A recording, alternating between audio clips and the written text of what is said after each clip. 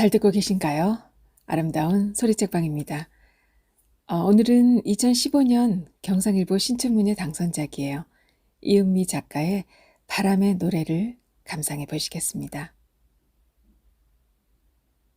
바람의 노래, 이은미. 그냥 소리만 내지 말고 리듬을 타면서 우는 게 좋겠어요. 그래야 문상객들의 마음도 자극하고 먼 곳 가는 사람의 발걸음도 가벼울 겁니다. 창자가 끊어지듯 애절한 소리를 내는 사람도 있지만 그건 좀 부담스러워서 다들 싫어해요. 편한 마음으로 진심을 다해서 울면 됩니다. 힘을 많이 쏟으면 몸이 금세 지칠 수 있으니까 조심하라고 남자는 자상하게 덧붙인다. 전화 목소리가 따스하다. 남자는 처음부터 친절했다. 남자를 봐서라도 오늘은 좀 더 곡진하게 울어야 할 것 같다. 외출 준비를 할 시간이 충분치 않다. 검정 벨벳 투피스를 꺼낸다. 옷장 속에 함께 걸려있던 정장 바지가 툭 떨어진다. 오늘따라 창문도 심하게 덜컹거린다. 15층 높이의 오피스텔 창문 앞을 황사가 가로막고 있다. 멀리 도로변 전봇대와 가로수 사이에는 오피스텔과 상가를 임대한다는 현수막이 걸려있다. 줄과 줄이 뒤엉켜 자꾸 윙윙 소리를 낸다. 아직 개발되지 않은 외곽 지역의 오피스텔은 허허 벌판에 웅크린 짐승처럼 고적하다. 작은 신음소리가 귓전을 스친다. 아, 그녀에게 다가간다.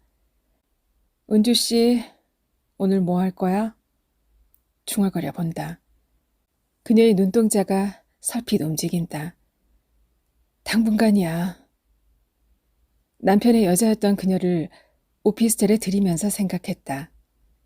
그녀는 손쉽게 포획한 전리품 같았다.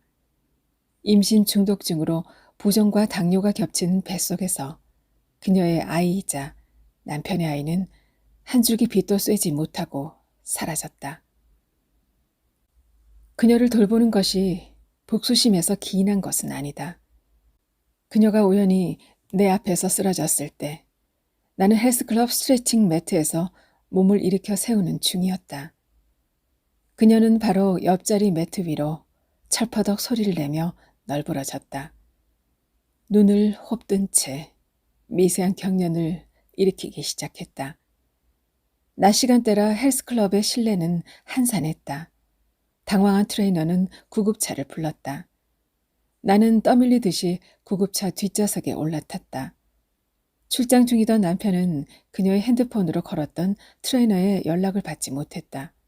그녀는 가족이 모두 미국에 있어서 무연고였다.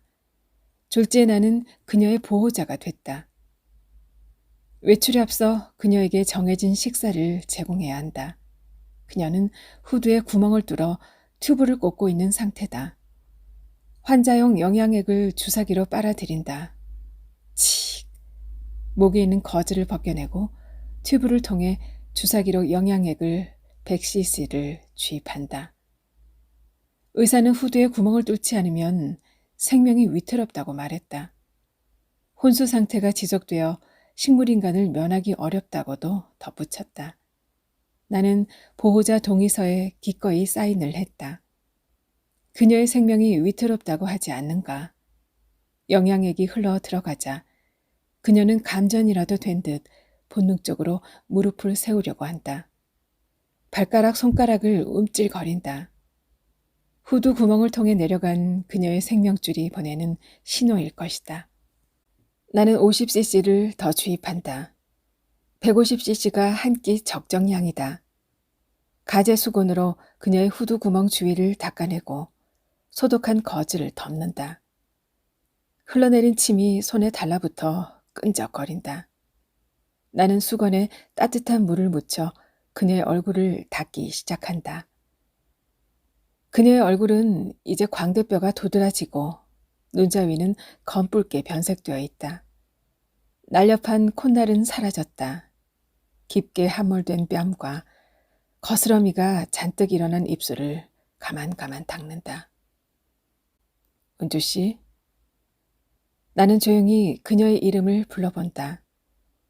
남편이 무수히 불렀을 은주라는 이름을 나는 아주 메마른 어조로 부른다. 그녀의 입술은 아무런 움직임도 없다.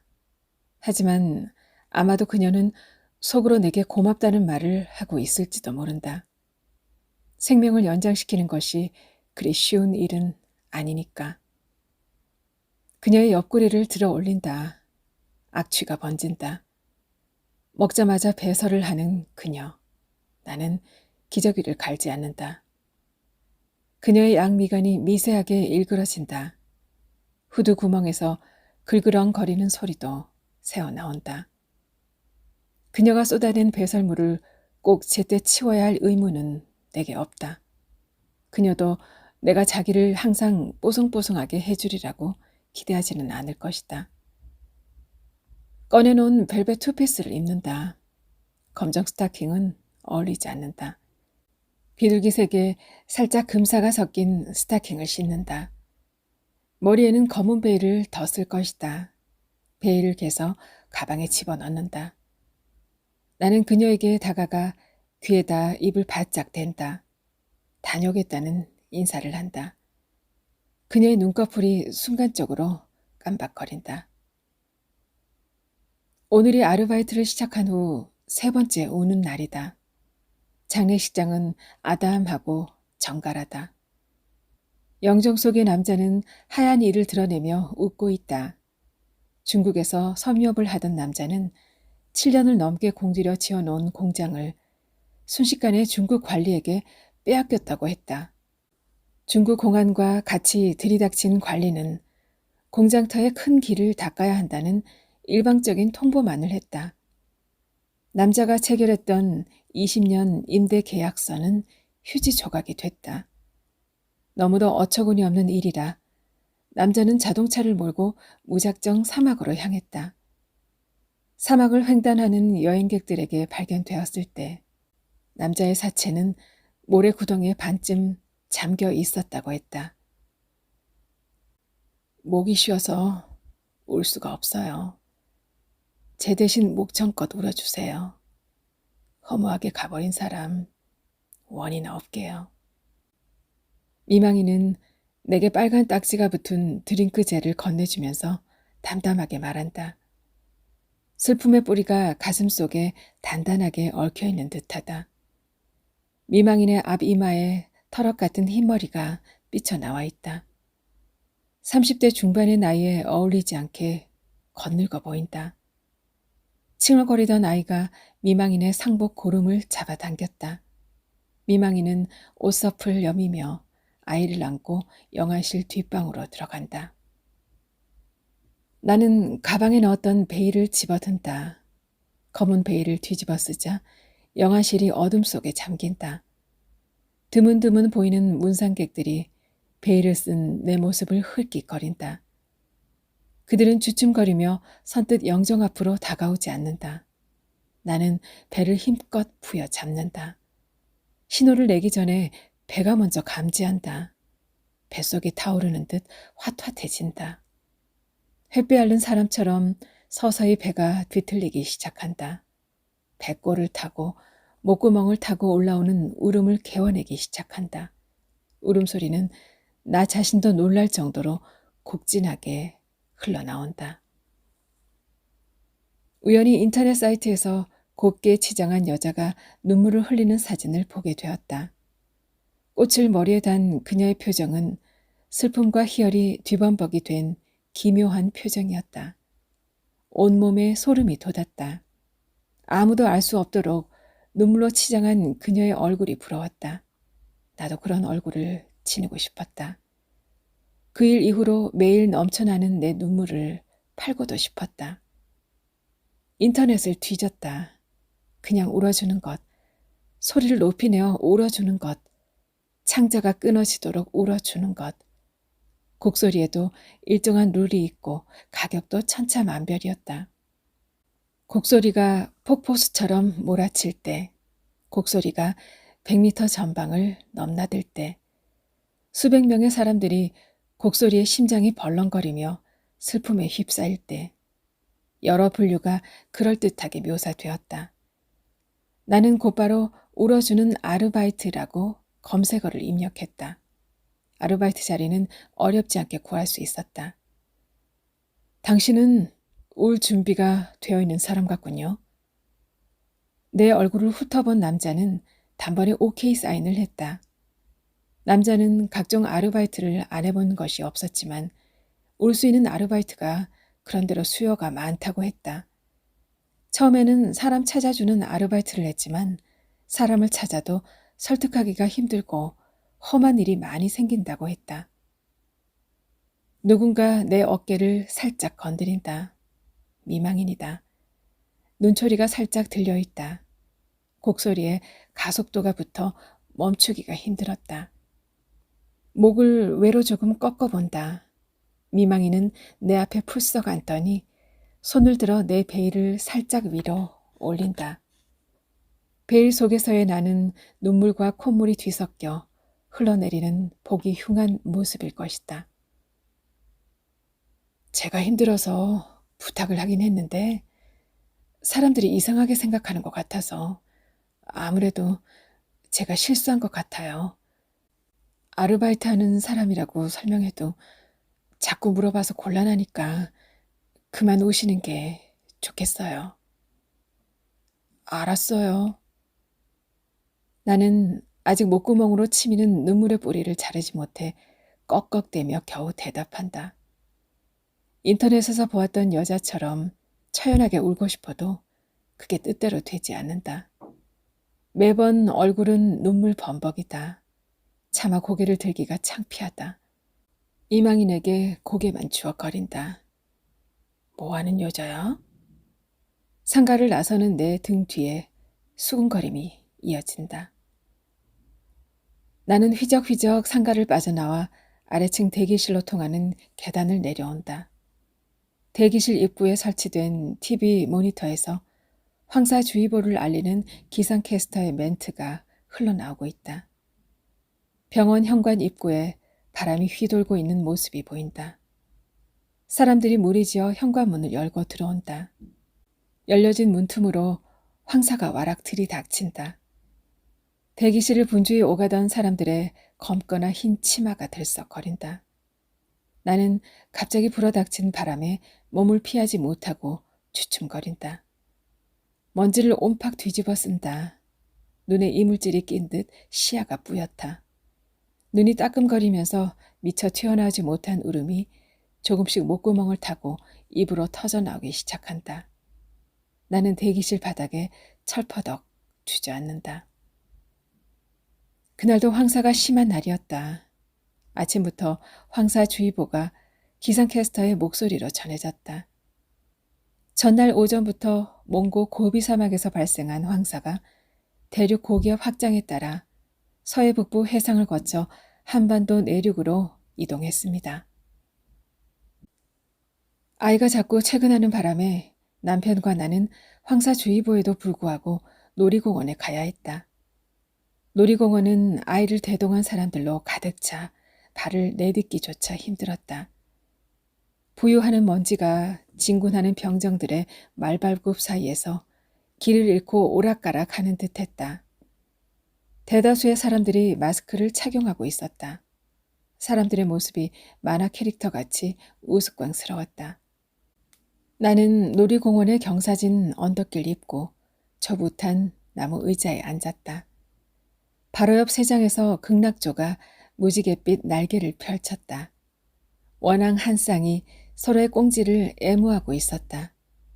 남편은 아이를 무동 태운 채 아이의 팔을 새처럼 활짝 펴들고 빙빙 돌았다.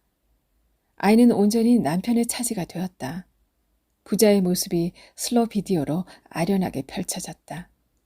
행복하다는 느낌이 가슴속 깊은 곳에서 뜨겁게 솟았다. 더더 덜도 아닌 내가 원하던 내게 꼭 알맞은 행복감이었다. 퍼레이드가 시작된다는 장례 멘트가 단속적으로 흘러나왔다. 퍼레이드 선이 설치되기 시작했다. 노란 선이 순식간에 남편과 나 사이를 가로막았다. 아이를 무동 태운 남편의 모습이 휘황한 마차의 뾰족한 장식에 가려져 보이지 않았다. 아이의 얼굴이 퍼레이드 차가 지나갈 때마다 사라졌다가 불쑥 떠오르곤 했다. 아이가 안 보이면 나는 고개를 치켜들었다. 지금 생각해보면 그것은 불행의 전조였다. 퍼레이드 막바지에 발리 댄스를 추는 모이들의 마차가 등장했다. 율동 중에 한 사람의 베일이 벗겨져 공중을 떠다니더니 내 발치에 너울거리며 내려와 앉았다. 나는 베일을 손에 쥐고 행렬을 따라갔으나 인파에 치여 더 이상 다가가지 못했다. 그 대신 내 손에는 검은 베일이 쥐어져 있었다. 퍼레이드 행렬이 끝났다. 아이는 하늘을 나는 코끼리 기구를 손가락으로 가리켰다. 긴 막대 모양의 과자도 먹고 싶어 했다. 아이만 탈 수 있는 하늘을 나는 코끼리를 타러 나무 계단을 오르던 아이는 갑자기 뒤를 돌아봤다. 나를 향해 두 손을 팔랑팔랑 내저었다. 남편은 아이가 나오는 출구에서 기다리겠다고 했다. 잠시 후 막대 과자를 손에 쥔 내가 아이와 남편을 찾았을 때 남편의 얼굴은 사색이 되어 있었다. 출구에서 기다렸지만 아이는 끝내 보이지 않았다고 기가 막힐 노릇이라고 말했다. 아이가 분명히 파란 코끼리 날개를 만지며 공중에서 손을 흔들었었나라고 말하며 남편은 울먹거렸다. 미아 보호소, 방송실, 놀이공원의 각종 놀이시설 구석구석을 뒤졌으나 아이는 없었다. 바람이 끊임없이 몰아치고 있었다. 아이는 보이지 않았다. 황사가 아이를 집어삼킨 것은 아닐까? 사막으로 아이를 데려간 것일까? 그 이후 더 이상 지상에서 아이를 찾을 수는 없었다. 핸드폰이 울린다. 남편이다. 이혼 서류를 보냈지만 남편은 아직 법원에 접수조차 시키지 않은 상태다. 장기간 출장을 갔다가 얼마 전에 돌아왔다고 말한다. 당신 요즘 어때? 습하지도 건조하지도 않은 남편의 목소리가 지루하게 느껴진다. 아이의 존재를 잊어버리기 위해서는 살아온 과정을 다 잘라내야 했다. 그 중심에 남편이 있었다. 우연히 헬스클럽에서 운동을 하는 중에 옆에서 전화하는 여자의 소리에 귀를 기울이게 되었다. 그녀는 사이클링을 하면서 통화를 하고 있었다. 자기야? 나 배가 불러와서 이제 운동하기가 점점 힘들어져. 그래도 아기가 나올 때까지 운동은 조금씩 해둘 거야. 도드라지지 않으면서도 왠지 매력적인 여자. 분명히 나는 그녀와 서너 번 정도 마주친 적이 있었다. 러닝머신 위에서 땀을 흘릴 때 거울에 반사되는 그녀의 다부진 몸매를 망연히 바라보기도 했었다. 여자가 사이클링 자세를 바꾸려다가 손에서 핸드폰을 놓쳤다. 여자의 핸드폰이 떨어지면서 액정 화면에 낯익은 얼굴이 눈에 들어왔다. 남편이었다. 남편과 그녀가 어깨를 마주하고 활짝 웃고 있었다. 핸드폰은 내 엄지 발가락을 툭 건드리고 납작 엎드렸다. 발톱이 빠질 듯 아팠다. 남편과 나 사이의 연결고리는 이미 끊어진 상태였다. 남편의 늦은 귀가나 이른 새벽에 출근해도 나는 관심을 기울이지 않았다. 아이를 잃은 후 우리는 서로에 대해 사소한 일조차 어색해지기 시작했다. 남편이 내는 수저와 젓가락의 딸그락거림 같은 것도 듣고 싶지 않았다. 아이에 대한 최소한의 배려라는 생각이 들었다. 우리는 아이를 지키지 못한 대가를 치러야만 했다. 그녀의 배를 바라보았다. 완만한 곡선을 이루고 있었다. 임신 6개월쯤 되셨나 봐요. 나는 사이클링을 멈추지 않은 채 그녀에게 물었다. 그녀는 고개를 끄덕거렸다. 요즘 부쩍 숨이 찰 때가 많아요. 어렴풋한 그녀의 뒷말을 들으며 나는 사이클링의 속도계를 최대 속도로 올렸다. 속도계가 올라갈수록 내 발에 박차가 가해졌다. 발이 공중에서 붕 헛돌았다. 남편은 내가 헬스클럽을 이용하기 전부터 꾸준히 운동을 해오고 있던 터였다. 남편은 한번 만나자고 말한다. 나는 집에 홀로 남은 그녀를 떠올린다. 그녀에게 오늘 한 끼의 영향액을 주었을 뿐이다. 그녀의 배는 움푹 꺼져 있을 것이고 엉덩이는 배설물로 짓이겨져 있을 것이다. 얼마 전부터 그녀는 누런 물똥을 싸기 시작했다. 누런 물똥은 그녀의 엉덩이에 물컹거리는 이물감으로 자리 잡아 엉덩이를 헐게 만들고 벗겨진 살갗에 잡균을 퍼뜨릴 것이다. 욕창이 생겨 그녀의 등허리는 썩어 들어가고 그녀의 골반뼈에 기어 들어간 잡균은 그녀의 전신을 마비시킬 것이다. 엄밀히 말해 나는 그녀의 보호자가 아니다. 내가 할 수 있는 일, 이를테면 그녀에게 한두 차례 영양액을 밀어 넣어주고 젖은 기저귀를 가끔씩 갈아주고 일주일에 한 번 시트를 갈아주는 일, 이 정도면 충분하지 않을까.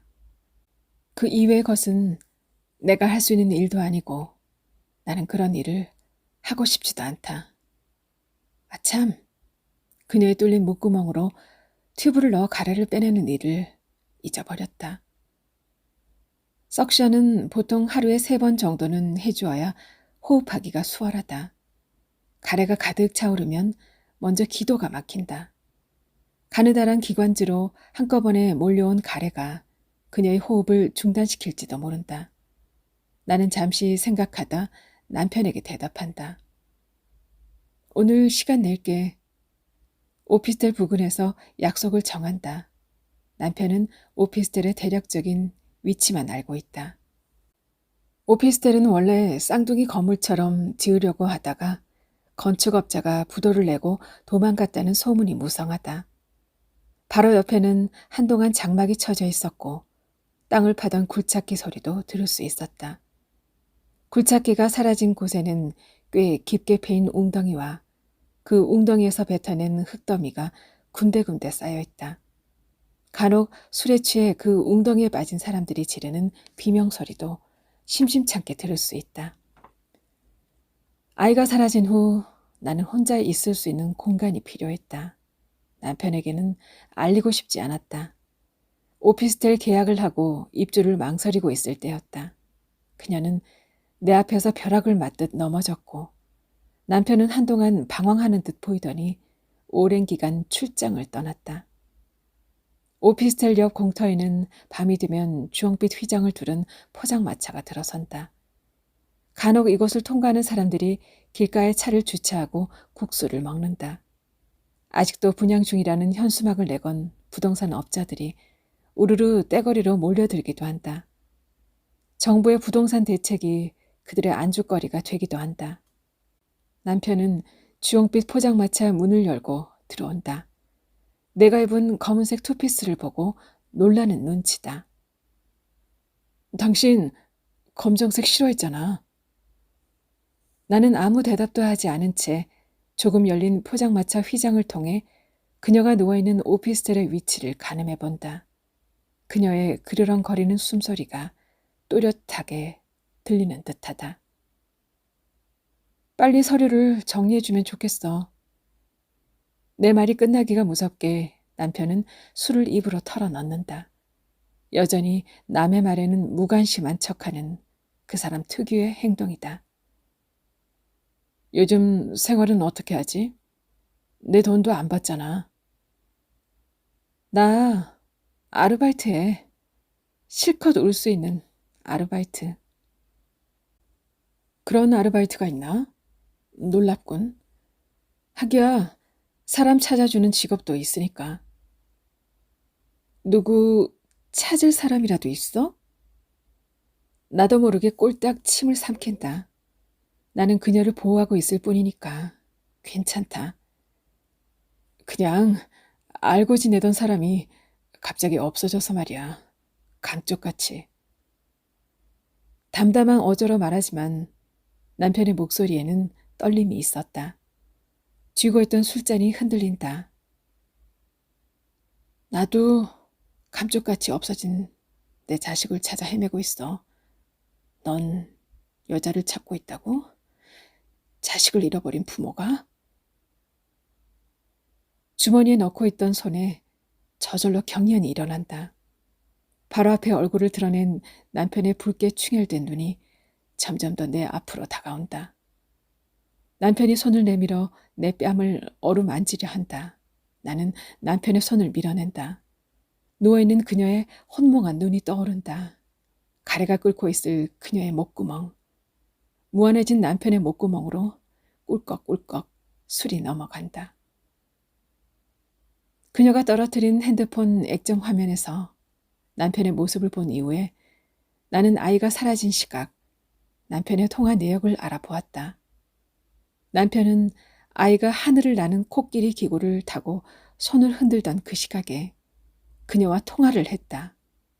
10분. 10분 정도면 놀이기구가 멈추고 아이가 출구로 나올 시간으로 충분했다. 출구에서 아이가 주위를 두리번거리며 엄마 아빠를 찾는 시간은 단 몇 초에 지나지 않았을 것이다. 내가 막대 과자를 사기 위하여 줄을 선 채로 아이와 남편이 있는 곳을 바라보았을 때도 남편은 통화 중이었다. 내가 길게 늘어선 줄을 헤집고 막대 과자를 사들고 오기까지 15분 정도가 걸렸다.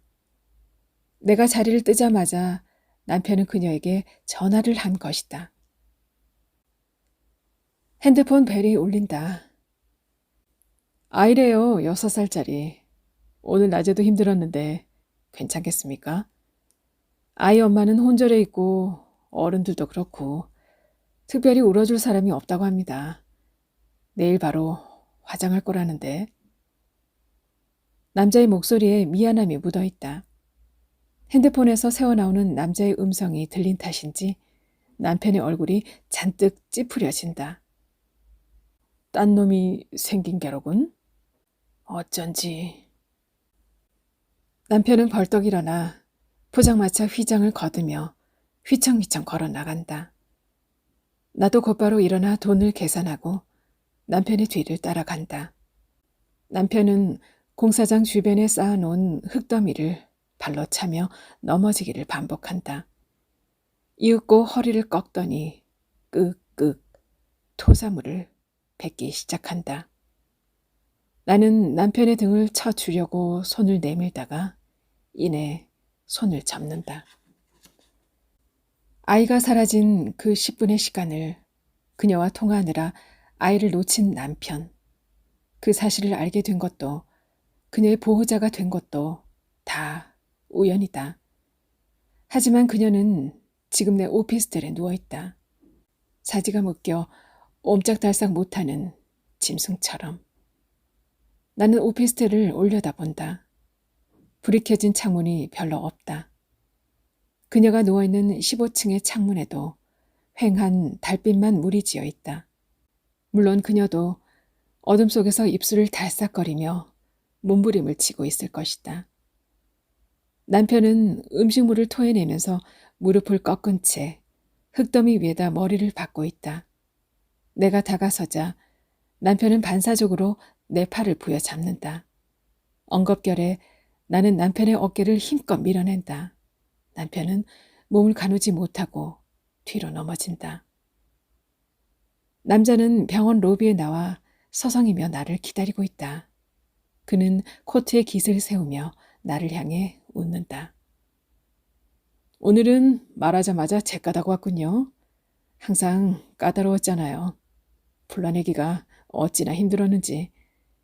남자를 원하면 나라도 목청껏 울고 싶은데 아직 남자를 찾는 상주는 없군요. 저번에 어떤 광고를 보니까 음대 나온 남자를 채용한다고 하던데요. 성량이 풍부하고 정성이 담긴 울음으로 장례식 분위기를 살릴 수 있는 사람이면 된다고. 남자는 흥미롭다는 듯 나를 천천히 바라본다. 이제 보니 말도 잘하시네.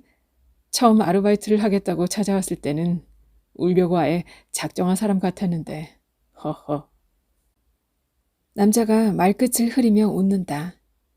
남자와 이야기를 오래 나눈 것은 처음이다. 남자의 전화 목소리를 들을 때마다 느꼈던 정겨움이 되살아난다. 아이는 6살 정도의 여아다. 소암에 걸렸다가 갑자기 발작을 일으켰는데 응급처치를 했지만 끝내 살릴 수 없었다고 한다. 영안실 주변은 조용하고 한산하다.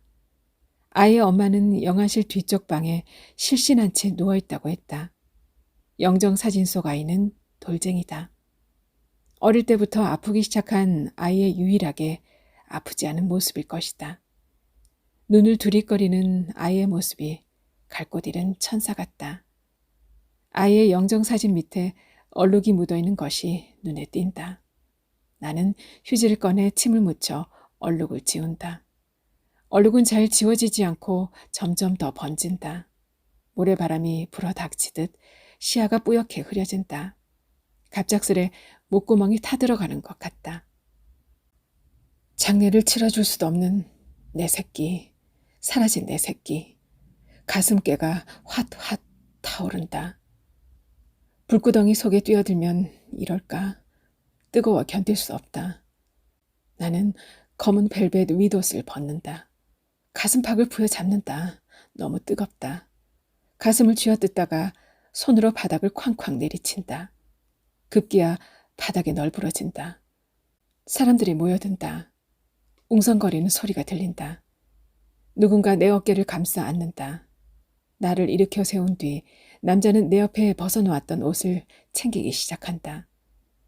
남자가 내 팔을 옷에 꿰어 넣느라 안간힘을 쓴다. 나는 비로소 남자의 얼굴을 바라본다. 이마에 땀이 배어있다.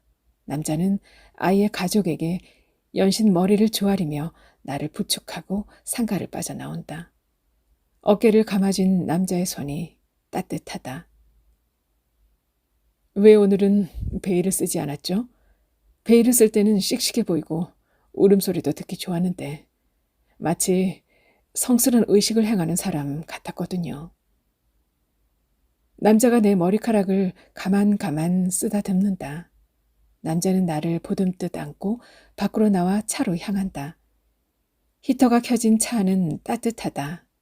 남자가 눈물자국이 채 마르지 않은 내 얼굴을 부드러운 손으로 감싸 안는다. 남자의 입술이 조심스럽게 뺨에 닿는다. 눈을 감는 순간 황사가 내 머리채를 힘껏 휘어잡는다. 나는 남자를 밀쳐낸다. 남자가 멋쩍게 웃으며 나를 바라본다. 남자는 구석구석 온몸에 퍼져있는 내 눈물의 뿌리를 탐색하는 것 같다. 나는 남자의 품에 얼굴을 묻었다. 남자가 오피스텔 입구에 나를 내려놓으며 잘 들어가라는 손짓을 한다. 눈물을 닦아주던 감촉이 아직도 내 뺨에 남아있다. 나는 뺨을 손으로 감싼다.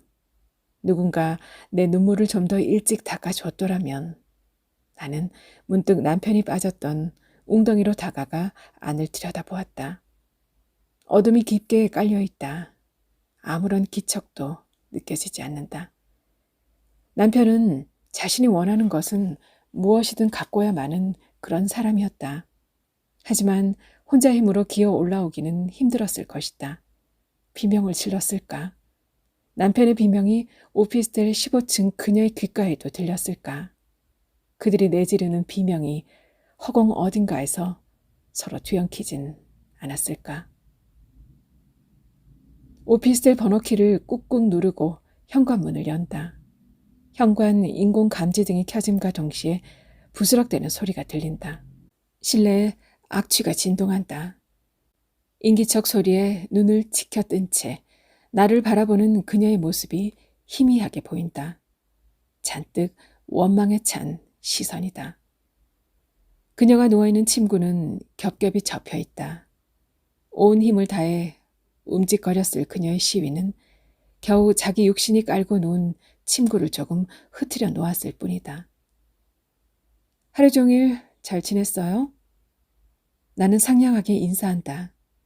그녀의 몸을 질질 끌어 냄새나는 매트 위에 똑바로 올려놓는다. 남편을 만나느라고 좀 늦었어요. 내 남편이요. 잃어버린 아이의 아빠. 당신은 임신 중독증으로 아이를 잃었지만 나는 불과 10분도 안 되는 시간에 아이를 잃었어요. 그녀의 옆구리께로 다가가 손을 집어넣는다. 그녀의 이마에 핏줄이 선다. 목구멍에서 새어나오는 가래 끓는 소리가 모닥불 지피는 소리처럼 탁탁탁 분절되어 들린다. 건불같이 삭은 그녀의 몸뚱아리. 어쩌면 후드에 구멍을 내지 말아야 했을지도 모른다. 의사는 말했다. 후드에 구멍을 내는 것은 전적으로 보호자의 의견에 달려있는 거라고. 나는 의사의 눈빛에서 그녀의 목을 뚫어야만 한다는 강렬한 의지를 느꼈다. 그녀의 임시 보호자였기에 동의를 한 것은 당연한 일이다. 하지만 그녀의 목숨이 경각에 달려 있었는지에 대해서는 지금은 알 수 없다. 그녀의 눈자 위에 경련이 인다. 가래가 거의 목구멍까지 가득 차오른 듯 그녀는 숨을 헐떡인다. 누군가 현관문을 세차게 두드린다. 쿵쾅대는 울림에 놀란 그녀가 달팽이처럼 몸을 오므리는 신용을 한다. 여기 있는 거 다 알아. 남편의 목소리다. 웅덩이를 빠져나온 후 오피스텔 주변을 배회하다가 내 뒤를 밟기라도 한 걸까. 엘리베이터에서 내렸을 때 오피스텔 복도 끝에 웅크린 동물 같은 그림자를 보긴 했다. 남편이라고는 생각을 못했다. 아니, 남편이었어도 상관없는 일이다. 나는 헐렁한 운동복으로 갈아입는다. 이제 두려운 것은 없다. 흡입 기계를 꺼낸다. 손에는 비닐 장갑을 꼈다. 전원을 올린다. 깅. 튜브가 펴지면서 기계도 따라 그 몸을 길게 늘어뜨린다. 또아리를 틀었던 뱀이 스르르 몸을 푸는 형상이다. 기계 소리가 들리자 그녀의 온몸에 미세한 경련이 일어난다.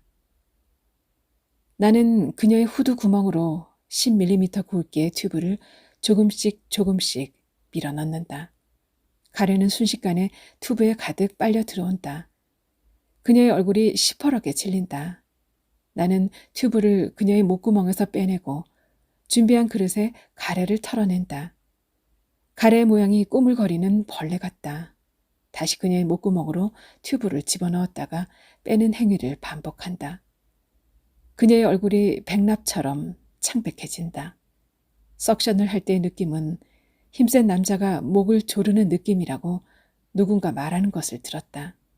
그렇다면 나는 그녀의 목을 하루에 2~3번씩 조르는 셈이다.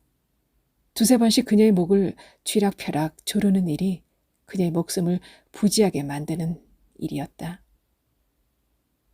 남편은 계속적으로 현관문을 두드렸다. 그러다가 현관문에 몸을 내던지는지 퍽퍽 소리가 벽면까지 울린다. 거기 있는 거 다 알아. 남편은 또 한 번 외친다. 남편답지 않은 목소리다. 그녀가 숨을 헐떡거린다. 신락 같은 숨이다. 이물질로 가득한 목구멍에서 새어나오는 숨소리는 나까지 같은 숨을 내쉬게 만든다. 어둠 속을 지나가는 바람이 창문을 흔든다. 그녀의 가래 끓는 소리와 바람 소리가 뒤섞여 사막의 거대한 돌풍이 한꺼번에 휘몰아치는 듯하다. 나는 흡입기계의 전원을 끈다. 그녀의 출렁거리던 가슴께가 잦아든다. 등 뒤에서 그녀의 숨소리가 차츰 잦아든다. 더 이상 내게 아무것도 들리지 않는다. 다만 그렁거리던 그녀의 가래 끓는 소리만이 이명처럼 남는다. 나는 가만히 서서 15층을 휘돌아 지나가는 바람 소리를 듣는다. 이윽고 현관문을 열었다. 남편은 뿌리 없는 나무처럼 문에 들어서자마자 앞으로 무너지듯 무릎을 접는다. 그녀의 모습을 바라본 남편이 울기 시작한다. 나는 생전 처음 남편의 울음소리를 들었다. 아이를 잃은 후에도 결코 눈물을 보이지 않던 남편의 우는 모습을 나는 망연히 바라본다. 남편의 울음소리에 그녀의 글그렁거리던 숨이 되살아나는 것 같다. 그녀는 아직도 숨의 꼬리를 잡고 있는 걸까? 나는 현관문을 닫고 밖으로 나왔다. 오피스텔 복도 막다른 곳에 이르러 창문을 열었다. 창문에 매달려 아우성치던 황사가 와락 얼굴을 뒤덮는다. 나는 품속에서 베일을 꺼내 넘실거리는 황사를 향해 힘껏 던졌다.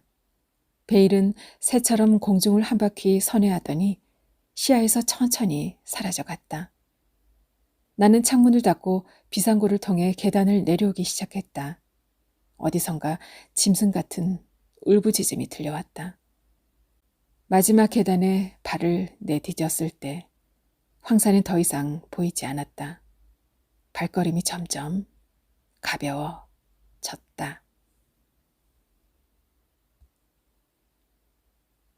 이은미 작가의 바람의 노래 잘 감상하셨나요?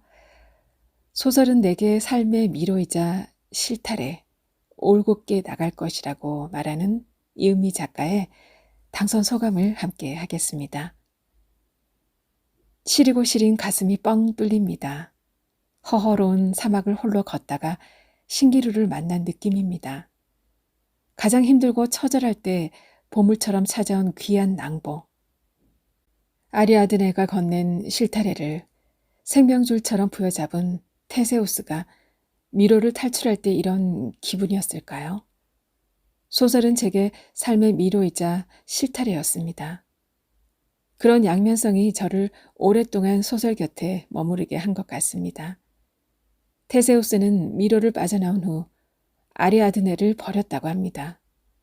소설은 그렇게 피하고 싶은 천형일지도 모릅니다. 그렇지만 오늘도 저는 그 미로 속을 헤맵니다. 어디선가 제게 툭 던져질 실타래를 놓치지 않을까 전전긍긍하면서 말입니다. 창문을 열면 눈꽃이 만개한 길이 보입니다. 그 길 위에 수없이 많은 발자국이 찍혀 있습니다. 가만히 뒤돌아보면 하나였다가 둘이었다가 뭉클어지고 짓밟히고 뒤섞인 많은 발자국들이 보입니다. 이젠 남겨진 발자국을 돌아보기보다는 앞으로 나아갈 발자국의 모양을 신경 쓸 나이가 됐습니다. 어떤 사람이 예수님과 사막을 걷고 있는데 두 사람의 발자국이 나란히 찍혀 있던 사막에 어느새 한 사람의 발자국만 남아 있었다고 합니다. 황망해진 그 사람은 왜 나만 홀로 남겨두십니까? 하고 예수님을 원망했습니다. 그러자 예수님은 내가 너무 힘들어해서 내가 너를 업고 걸어왔단다 라고 말씀하셨습니다. 고통 속에서도 나를 업고 걸어오신 예수님처럼 묵묵하고 올곧게 앞으로 나아갈 것입니다. 그 동반자 역할을 한 든든한 소설이라는 백도 생겼으니까요. 뽑아주신 심사위원 선생님들 정말 감사합니다. 사랑하는 우리 가족들 항상 든든한 지원군 역할 앞으로도 평생 부탁합니다. 모두 고맙습니다. 조금 늦은 나이지만 열정만큼은 물 만난 고기처럼 항상 파닥파닥 숨죽지 않는다는 것을 오래도록 증명해 보이겠습니다.